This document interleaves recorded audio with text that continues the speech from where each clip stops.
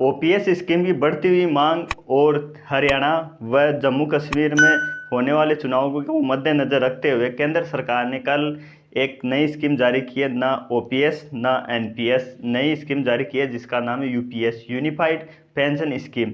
जी हाँ साथियों, जो सरकारी कर्मचारी है इसका जो नई पेंशन स्कीम आई थी एनपीएस, उसका विरोध कर रहे थे, एक नई स्कीम की मांग कर रहे थे। उसी को ध्यान में रखते हुए केंद्र सरकार ने एक 24 अगस्त 2024 को यानी कल नई स्कीम जारी की है, योजना जिसका नाम है यूपीएस, यूनिफाइड पेंशन स्कीम।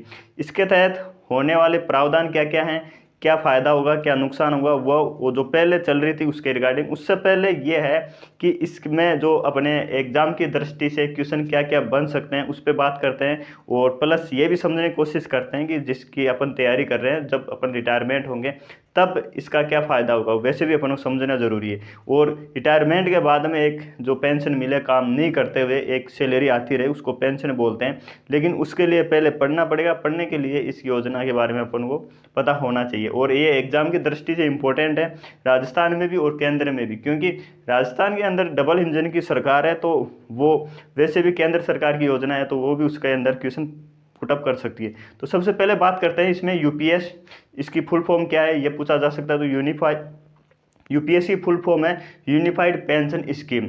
बात करें कि ये कब से लागू होगी, तो ये लागू होगी 1 अप्रैल 2025 से ये लागू हो जाएगी। और बात करें कि इस जो कमेटी है, कमेटी की अध्यक्षता किस कमेटी अध्यक्षता में ये बनाई गई थी, तो ये थी टीवी सोमनाथ इस कमेटी अध्यक्ष थे, उनके अध्यक्षता में 2023 के अंदर ये कमेटी गठित की थी और उसने ये जो इस योजना के बारे में बताया। तो बात करते हैं कि जो इस योजना जो कमेटी है उसने क्या क्या प्रावधान बताए। उसने ये बताया है कि जब सरकारी कर्मचारी है वो रिटायरमेंट होगा, उसको जो बेसिक सैलरी है उसका 50% उसको पेंशन के रूप में दिया जाएगा। तो फिर क्वेश्चन आता है कि क्या सभी को दिया जाएगा कि जिसने सरकारी कर्मचारी या ज्वाइन किया उन्नीस साल, जिसने 25 साल तक कार्य किया लगातार सरकारी कर्मचारी रूप में, उसको जो लास्ट टाइम पे जो बेसिक सैलरी होगी 1 साल का उसका औसत निकाला जाएगा और उसका 50% उसके अंदर दिया जाएगा। जैसे मान लो किसी बेसिक सैलरी 1 लाख बनती है तो 25 साल बाद में जो पेंशन के रूप में 50,000 रुपये के रूप में उसको पेंशन दी जाएगी। साथ में इसके अंदर ये भी प्रावधान किया गया है कि इसके अंदर डीआर यानी डीएनएस रिलीफ दिया जाएगा, यानी हर 6 महीने के बाद में जैसे सैलरी में इंक्रीमेंट होता है वैसे पेंशन भी इसके अंदर थोड़ा थोड़ा बढ़ोतरी हो सकती है। फिर इसके बाद में बात करें कि जिनकी 25 साल से कम है उनको तो सभी को मिलेगी नहीं, न्यूनतम इसके लिए आपको 10 साल की सरकारी सर्विस करनी पड़ेगी। अगर किसी 10 साल हो जाती है उसको मिनिमम 10,000 रुपये पेंशन दिए जाएंगे, और 10 और 25 के अंदर आप रिटायरमेंट होते हो, मान लो स्वैच्छिक ले लेते हो, तो उसी के अनुपात में इसके अंदर दिया जाएगा। इसके अंदर जो है एक प्रावधान और किया गया है कि इसके अंदर जो पेंशन मिलेगी उसके सहयोग के रूप में 10% तो कर्मचारी से लिया जाएगा, कि 10% का सहयोग कर्मचारी से रहेगा और प्लस सरकार का रहेगा 18.5%। तो ये स्टेटमेंट में पूछा जा सकता है कि निम्नलिखित में से यूपीएससी के संबंध में कौन सा कथन गलत है। तो इसमें सरकारी जो कर्मचारी है उसका 10% रहेगा और सरकार का 18.5% इसमें सहयोग रहेगा। इसके अंदर जो है फैमिली पेंशन स्कीम भी लागू होगी। फैमिली पेंशन क्या होती है, इसके अंदर ये रहता है जैसे मान लो कोई कर्मचारी उसका निधन हो जाता है पहले, तो उसके अंदर जो उसके आश्रित है या उसकी वाइफ है या उसके पति है, महिला है तो पति होगा या आदमी है तो उसका महिला होगी, तो उसको क्या होगा कि लास्ट महीना होगा उस महीने की 60% के हिसाब से उसको पेंशन दी जाएगी। ये इसके अंदर प्रावधान किया गया है। बात करें कि इसका फ़ायदा किसको होगा, तो इसका फ़ायदा होगा यूपीएस का, कि जो यूनिफाइड पेंशन स्कीम है 2004 से लेकर और 31 मार्च 2025 तक जो कर्मचारी है उनको भी इसका फ़ायदा हुआ, और इसके बाद में जो अब लग रहे हैं उनको भी फ़ायदा हुआ। 2004 से पहले अगर कोई लगा हुआ है तो उनको इसका फ़ायदा नहीं होगा। बात करें कि क्या ये सभी राज्यों में लागू होगी क्या, नहीं साहब, ये केंद्र सरकार की योजना है।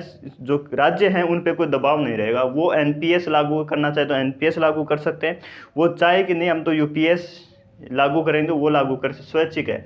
जिस प्रकार से अगर अपन राजस्थान की बात करें तो राजस्थान के अंदर डबल इंजन की सरकार है, तो वहाँ बीजेपी यहाँ भी बीजेपी है, तो यहाँ पे यूपीएस सिस्टम लगाया जाएगा। यहाँ राजस्थान के अंदर पहले ओपीएस ओल्ड पेंशन स्कीम चल रही थी, तो ये तो थी यूपीएस यूनिफाइड पेंशन स्कीम जो आज वर्तमान में स्टार्ट की गई है। इससे पहले थोड़ा समझ लेंगे कि ओपीएस और एनपीएस और ये इसमें क्या अंतर था। तो अब बात करते हैं कि ओपीएस ओल्ड पेंशन स्कीम और न्यू पेंशन स्कीम, जो इसमें अंतर क्या है, और ओल्ड पेंशन स्कीम को लागू करने का वापस दबाव क्यों डाला जा रहा था सरकार पे। जिस प्रकार से राजस्थान के अंदर 2023 के चुनाव के अंदर जो गहलोत सरकार थी, कांग्रेस सरकार थी, उसने ओपीएस सिस्टम लागू किया था सरकारी कर्मचारी की, तो बॉर्डर राय दी। तो जो ओपीएस सिस्टम है उसमें क्या क्या प्रावधान थे, तो इसके अंदर प्रावधान ये थे कि दो रिटायरमेंट होगा कोई भी व्यक्ति तो उसको 50% बेसिक सैलरी का जो है वो दिया जाएगा, उसको पेंशन के रूप में दिया जाएगा। उसके डीआरएनएस रिलीफ भी उसमें 6 महीने से बढ़ोतरी होती रहेगी, और उसके अंदर मिनिमम वो मैक्सिमम थी कि मिनिमम थी कि जैसे 25 साल है अधिकतम, तो उसमें 20 साल तक था। अगर कोई इंसान, कोई व्यक्ति जो सरकारी कर्मचारी है 20 साल तक जॉब करता है सरकारी, तो उसको पेंशन के रूप में 50% दिया जाएगा और डीआर दिया जाएगा। साथ में इसमें यह था, ओल्ड पेंशन स्कीम में सबसे बड़ी बात कि इसका पूरा का पूरा जो सहयोग था वो सरकार करती थी। इसमें जो अभी 10% कर्मचारी के लिया जाता है वो नहीं था। तो इस प्रकार से ओपीएस सिस्टम सरकारी कर्मचारियों को ज़्यादा पसंद है, क्योंकि उसमें सरकार का पूरा पैसा लगता था। लेकिन 2003 के अंदर अटल बिहारी वाजपेयी सरकार ने इसकी समीक्षा की और उसको लगा कि सरकार पर इसका अतिरिक्त प्रभाव पड़ रहा है, तो इसके लिए अपन क्या करें। तो उन्होंने 2004 के अंदर एनपीएस न्यू पेंशन स्कीम लागू की, जिसको एनपीएस बोलते हैं, और वो अभी ही चल रही थी। उसमें क्या प्रावधान था, उसके अंदर प्रावधान ये था कि जो कर्मचारी से सहयोग लिया जाता था उसको शेयर मार्केट में निवेश किया जाता था, और साथ में ये प्रावधान था कि 10% तो सरकारी कर्मचारी देगा और 14% सरकार देगी, ये प्रावधान था। फिर उसमें जो उसको बचत होती थी, जो एक जगह इकट्ठा होता था, उसको शेयर मार्केट में निवेश किया जाता सरकार के द्वारा, और फिर जब रिटायरमेंट होता था व्यक्ति तो उसके अंदर ही। और ये स्कीम जो एनपीएस है सरकारी और निजी दोनों के अंदर लागू है। ओपीएस थी वो सरकारी कर्मचारी पे लागू थी।